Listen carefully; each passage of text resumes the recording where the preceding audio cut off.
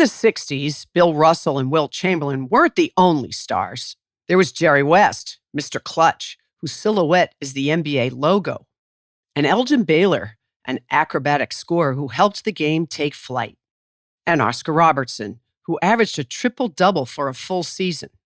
No wonder Dr. J has reverence for each of them. But it was Russ and Wilt who had come to define this era and create the templates for the future faces of the NBA.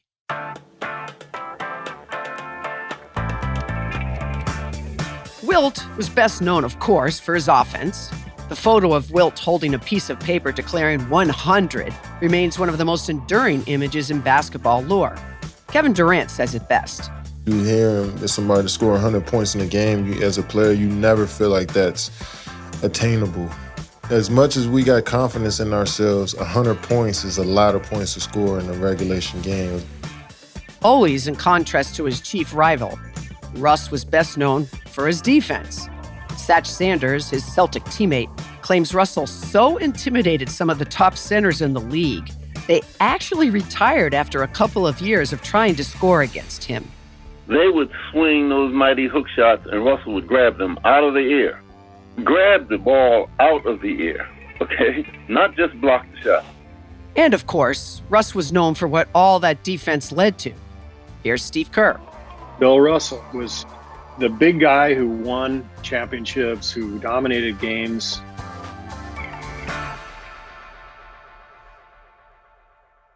And so it went. Wilt got the stats, Russ the rings. Their careers existed in permanent conflict with one another. If one was celebrating, it was usually at the expense of the other. They spent their entire careers walking a fine line between a searing competitiveness and an intensely complicated camaraderie. The scrutiny was unrelenting, and they only had each other to talk about it.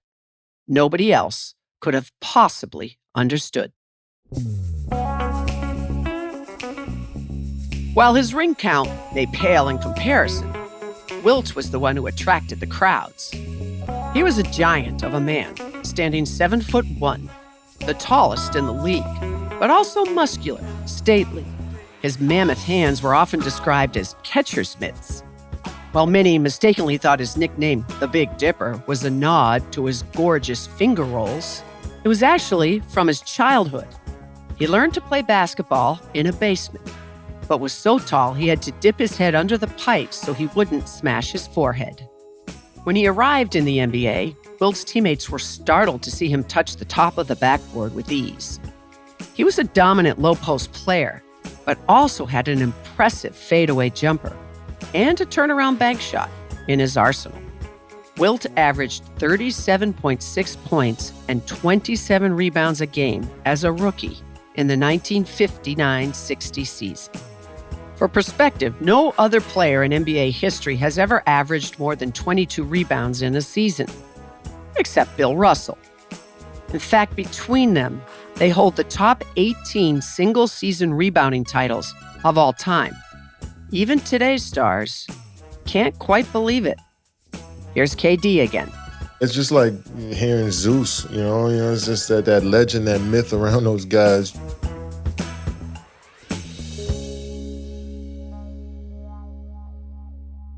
Wilt collected scoring, rebounding, and assist titles in the course of his career, an astounding athletic feat for a center. But Russell collected championships, a lot of them. 11 in 13 seasons, to be exact, making him the most decorated winner in sports. That distinction became the popular contrast between the two titans. Wilt as the extraordinary individual talent versus Russell, the consummate team player. In the 61-62 season, Wilt averaged 50 points a game. But when the MVP votes were tallied, it was Russ, not Wilt, who won. The voters were not media members like today. It was the players who voted Russ as the best. Russell's career average was just over 15 points a game, but he dominated with his breathtaking shot-blocking abilities. Casey Jones, a longtime Celtics teammate, once told me Russ's shooting form was at best homely, particularly from 8 feet and beyond. Legendary Celtics coach Red Auerbach, mindful of Russell's pride, drew up a play called 6, Russell's number, designed to get him a basket. It involved players cutting and screening, and in spite of himself, Russ ended up hitting those cutters instead of shooting, later quipping, "I was the third option on my own play." Russell didn't care about scoring. He was much more concerned with dominating the defensive end of the floor. Russell was not as physically imposing as Wilt, but was vastly underrated as a passer. He thought nothing of snaring the rebound and pushing the ball up the floor himself. He was deceptively quick for a man his size. His Celtics teammates shared stories of foot races in practice that often ended with Russell outpacing the team's point guards. Hall of Famer Lenny Wilkins, an all-star during that era, says that Wilt and Russell's approaches were just as different as their skill sets. Wilt, hey, if he played well, that was fine with him. I don't know that Wilt had the competitive instincts that Russell had. I would say that Russell probably had more than that, more than Wilt. But Wilt was flamboyant. While Russell preferred not to be bothered in public, Chamberlain embraced his celebrity, donning oversized fur coats and making grand entrances with a woman on each arm. In his 1991 book, A View from Above, the Big Dipper claimed he slept with more than 20,000 women. Wilkins says Wilt's personality was as outsized as his physique, as evidenced by his own nightclub in Harlem called Small's Paradise. He'd fly to New York after a game from Philly, just to be up there. But they couldn't stop him, and they weren't going to try, because, he showed up for every game. He was a specimen. He was unlike anything you've ever seen. That size, that strong, and he would compete every night. Make no mistake, Russell wasn't above a little superstar treatment of his own from time to time. Because he logged so many minutes in games, Russell was content to sit on the sidelines during Red's arduous practices, sipping tea as his teammates grunted through their drills. That's right, long before Greg Popovich rested his stars, Auerbach was practicing his own version of load management. And for the most part, Russell's teammates didn't object. With him sidelined, they didn't have to fret about him rejecting their jump shots. Yet very little else about Popovich's NBA resembled the basketball environment in which Wilt and Russell excelled. The comforts afforded today's superstars would have been unimaginable to them. These icons didn't fly on private jets with opulent post-game spreads, in-flight entertainment, and a swath of trainers, massage therapists, and team doctors at their disposal. They often traveled by train, and if they were due to play in Fort Wayne, they knew to pack lightly, because they'd often have to trudge across a cornfield by foot to get to their hotel. Back then, players' rights were a mirage. There was no free agency, no player movement, no training staff to provide even the most basic health and safety needs. Players iced their own knees and taped their own ankles. Off-season summer workouts were conducted on steamy blacktops that over time ravaged joints and shortened careers. The early NBA was a fledgling curiosity, without much traction, financial backing, or cachet. While Drake, Spike Lee, Jay-Z, and Jack Nicholson are mainstays in today's NBA experience, there were no stars plunking themselves down at courtside seats hoping to be seen in the 60s. For one thing, most of the games weren't televised. Celtics point guard Bob Cousy, the league MVP in 1957 and the owner of the bodacious nickname Houdini of the Hardwood, tells me there simply wasn't much fanfare regarding professional basketball in those days. We were at the bottom of the sports totem pole, Jack. Jackie Robinson broke the color line in baseball in 1947, and it was international headlines. 3 years later, Waller Brown, wonderful man, owner of the Celtics, got up at the league meeting, and said, the Celtics draft Chuck Cooper from Duquesne.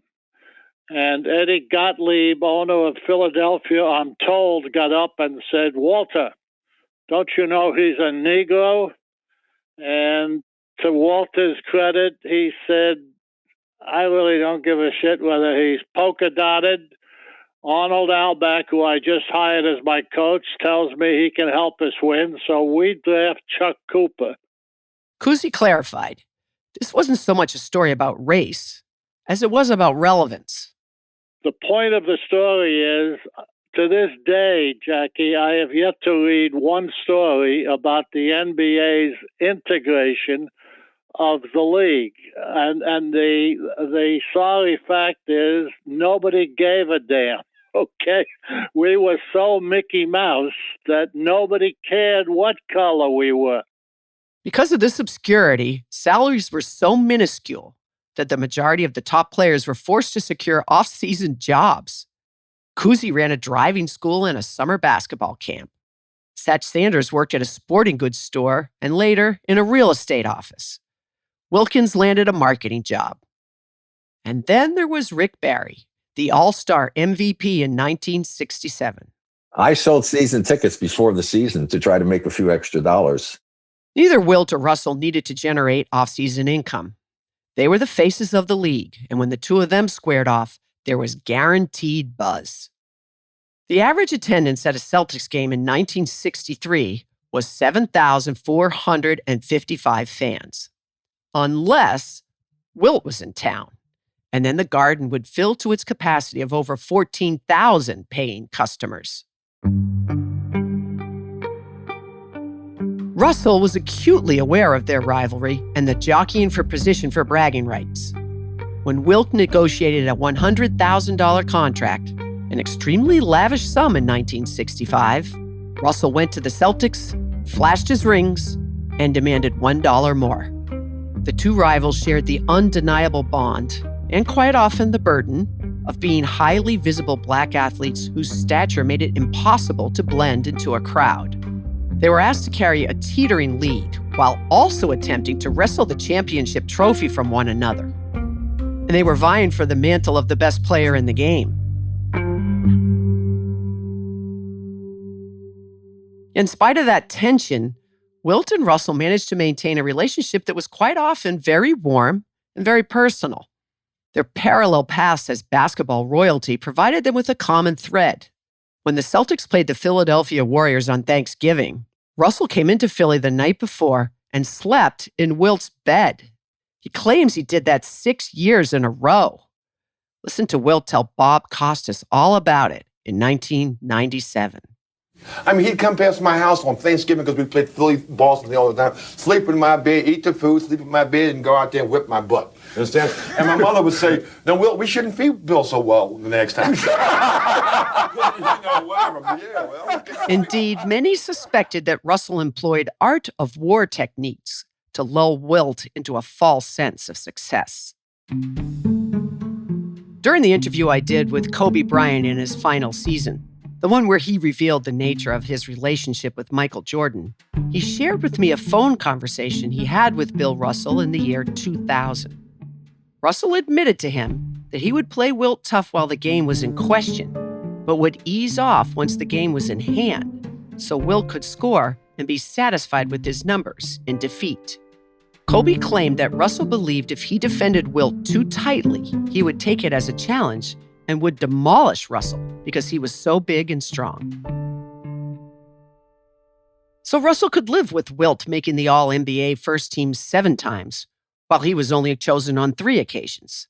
So what if Wilt had 7 scoring titles and Russell had none? The tally that mattered to him was championships, and in that category, Russell holds a commanding 11-2 advantage.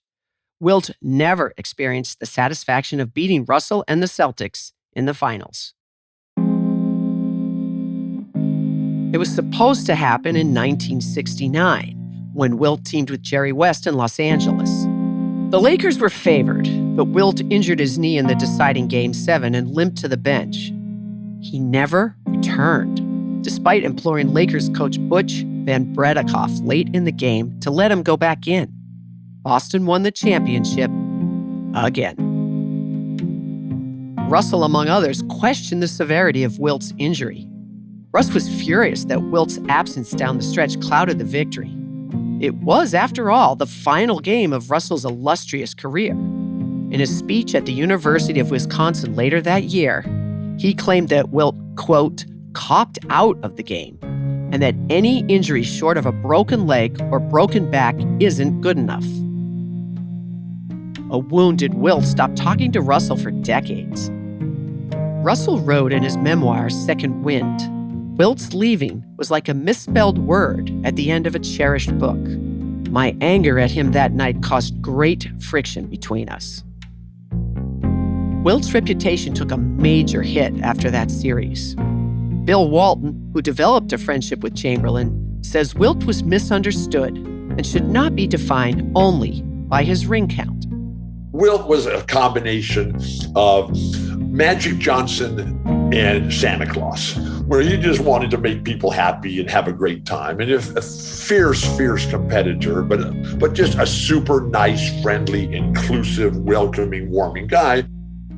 It was much more than basketball that weighed on Russ and Wilt. Their legacy, their status as founding icons of the league, would also be defined by decisions they made off the court.